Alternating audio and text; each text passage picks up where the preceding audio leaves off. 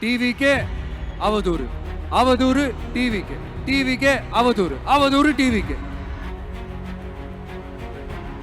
அதனாலதான் நீங்க பாத்தீங்கன்னா சட்டசபையில் ஆரம்பிச்சு ஒரு சாதாரண நிகழ்ச்சி வரைக்கும் எல்லா மேடையிலையும் மேடைக்கு மேடை டிவிக்கே தான்.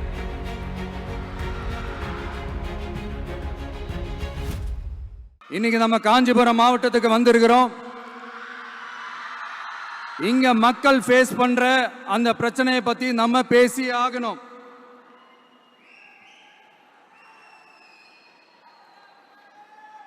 இந்த காஞ்சி மண்ணை வாழ வைக்கிற ஜீவ நதி பாலாறு, உயிர் நதி பாலாறு.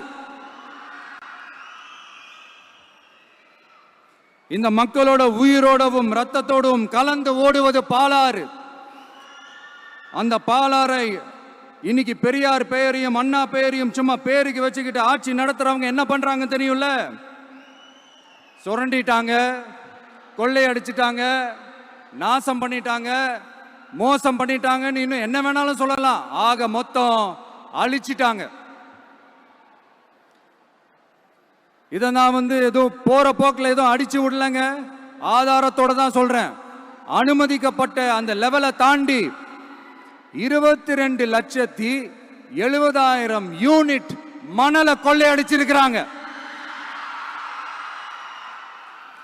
ஆக மொத்தம் இதுல அவங்க அடிச்ச கொள்ளை எவ்வளவு தெரியுமா? ரொம்பலாம் இல்ல, கம்மி தான்.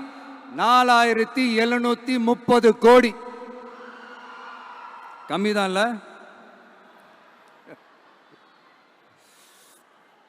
இதுக்கெல்லாம் அவங்க ஆதாரம்லாம் கேட்க முடியாது. ஏன்னா இந்த ஆதாரம்லாம் ஆல்ரெடி கோர்ட்ல இருக்குது, அமலாக்கத்துறை டிபார்ட்மெண்ட்ல இருக்குது. அந்த டிபார்ட்மெண்ட்ல வேலை செஞ்ச சில நல்லவர்கள் அவங்க அடிச்ச அந்த கொள்ளையெல்லாம் தாங்க முடியாம வெளியில சொன்ன அந்த ஆதாரங்கள் இதெல்லாம் சம்பந்தப்பட்டவங்களுக்கு இன்னும் நல்லாவே தெரியும். அதனால இது சம்பந்தமா ஆதாரங்களை கொடுலாம் அவங்க கேட்க முடியாது.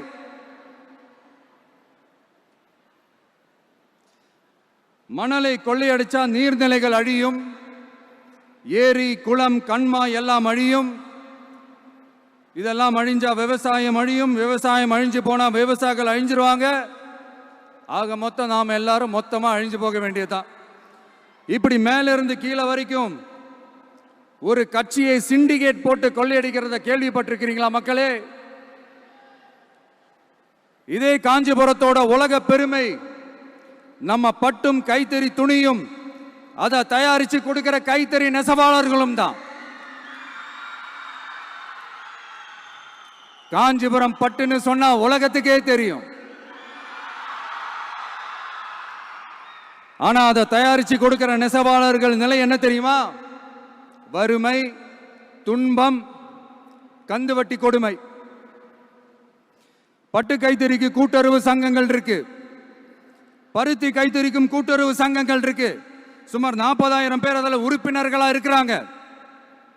அது போக சாய தொழில், தறிப்பட்டறை தொழில் இதை நம்பி 40,000 குடும்பங்கள் இருக்கு. ஆனா அவங்களோட ஒரு நாள் கூலி எவ்வளவு தெரியுமா? வெறும் 500 ரூபா தான்.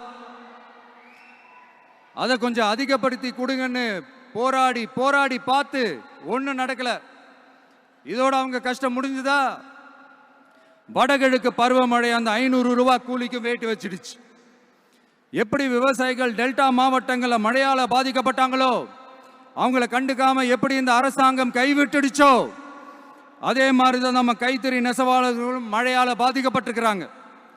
அடுத்து இந்த காஞ்சிபுரம் மாவட்டத்தோட பஸ் ஸ்டாண்டு 60 வருஷத்துக்கு முன்னாடி கட்டினதான்.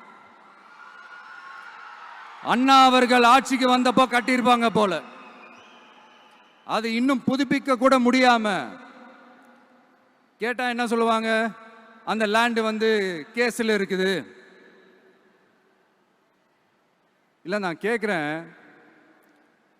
ஒரு கவர்மெண்ட்னால வேற ஒரு நல்ல இடத்தை தேர்வு செஞ்சு ஒரு பஸ் ஸ்டாண்ட் கட்டி தர முடியாதா?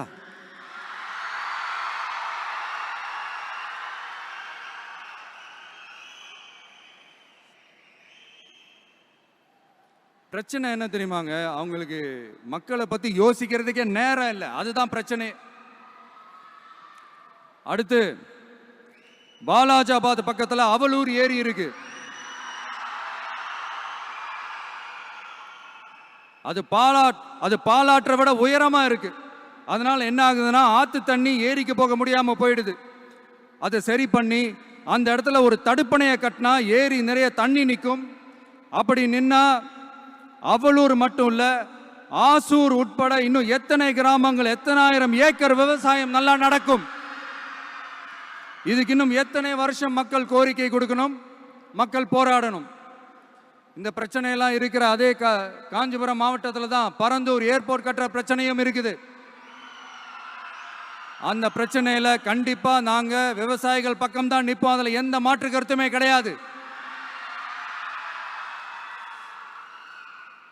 இந்த கவர்மெண்ட் பரந்தூர் விவகாரத்தில் எங்களுக்கோ இல்ல விவசாயிகளுக்கோ எந்த விதமான காரணங்கள் சொல்லி எஸ்கேப் ஆகவே முடியாது.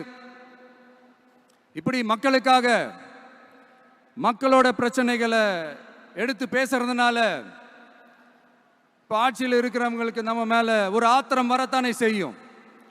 அதனால தான் நீங்க பாத்தீங்கன்னா சட்டசபையில் ஆரம்பிச்சு ஒரு சாதாரண நிகழ்ச்சி வரைக்கும் எல்லா மேடையிலையும் மேடைக்கு மேடை டிவிக்கே தான். டிவிக்கே அவதூறு, அவதூறு டிவிக்கே, டிவிக்கே அவதூறு, அவதூறு டிவிக்கே. இதுக்கெல்லாம் கண்டிப்பா நாங்க பதில் சொல்லுவோம், சொல்லாமலாம் இருக்க மாட்டோம். இப்ப கூட கரூரை பத்தி பேசுவேன்னு எதிர்பார்த்திருப்பாங்க. அதை நான் கொஞ்சம் அப்புறமா பேசுறேன். செய்திகளை உடனுக்குடன் தெரிந்து கொள்ள கீழ்கண்ட கேபிள் மற்றும் டிடிஹெச் நெட்வொர்க்குகளில் எம்நாடு செய்தி தொலைக்காட்சியை காணுங்கள். பாதகம் செய்பவரை கண்டால் நாம் பயம் கொள்ளலாகாது பாப்பா. மோதி மிதித்து விடு பாப்பா, அவர் முகத்தில் உமிழ்ந்து விடு பாப்பா. அண்மை செய்திகளை உடனுக்குடன் தெரிந்து கொள்ள இணைந்திருங்கள் எம்நாடு தொலைக்காட்சியுடன்.